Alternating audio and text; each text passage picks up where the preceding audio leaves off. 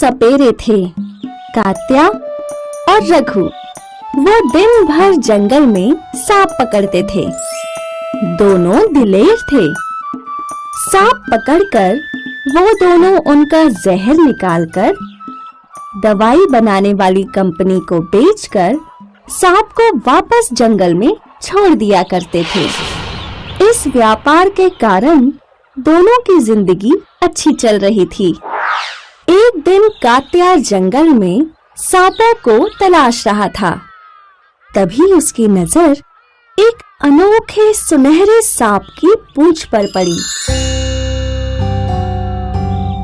कात्या ने झाड़ियों में उस सांप का पीछा किया और जैसे ही उसे मौका मिला तो उसने सांप को दबोच लिया और उसे अपने पिटारे में बंद कर दिया।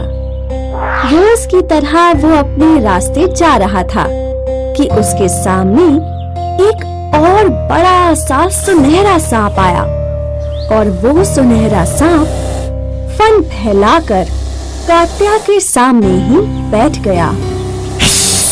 तुमने मेरे बेटे को क्यों पकड़ा? सांप को बोलता सुन कात्या के तो होश ही उड़ गए। वो अपनी आंखें मसलने लगा। क्या तुम बोल सकते हो? हाँ, मैं एक जादुई सांप हूँ और जिसे तुमने पकड़ा है वो मेरा बेटा है। जादुई सांप? तुम क्यों हंस रहे हो? अगर तुम जादुई हो तो यहाँ इस जंगल में क्या कर रहे हो? मैं और मेरा परिवार इसी जंगल में रहते हैं, लेकिन तुम अब ये बताओ कि मेरे बेटे को आजाद करने के लिए तुम्हें क्या चाहिए? तुम मुझे क्या दे सकते हो? उस सुनहरे जादुई सांप की मणि चमकी और कात्या के सामने एक हीरे मोतियों से भरा घड़ा आ गया। ये देखकर कात्या की आंखें फटी की फटी रह गईं।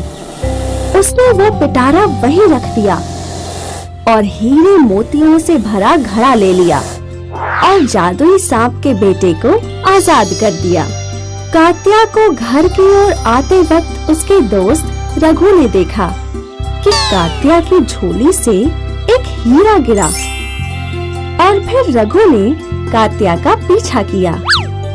कात्या घर गया और उसने अपनी पत्नी को वो हीरे मोती से भरा घड़ा दिखाया और उसे पूरी कहानी बताई। हीरे मोतियों से भरा घड़ा देखकर रघु की आंखें फटी की फटी रह गईं। तभी रघु ने सोच लिया कि उसे भी वैसा ही हीरे मोतियों वाला घड़ा चाहिए। उसके बाद वो हर रोज जंगल में जादुई सांप की तलाश करने लगा। आखिर एक दिन रघु को एक सुनहरे सांप की पूंछ दिखी, लेकिन जैसे ही उसने वो पूंछ को खींचा तो एक बड़े से सांप ने अपना मुंह खोला। इतना बड़ा सांप देखकर रघु भयभीत हो गया और यहाँ वहाँ भागने लगा और जादुई सांप रघु का पीछा करने लगा। भागते भागते रघु अपने घर पहुँचा और उसने दरवाजा बंद कर दिया। बाप रे बाप, आज तो मर ही जाता।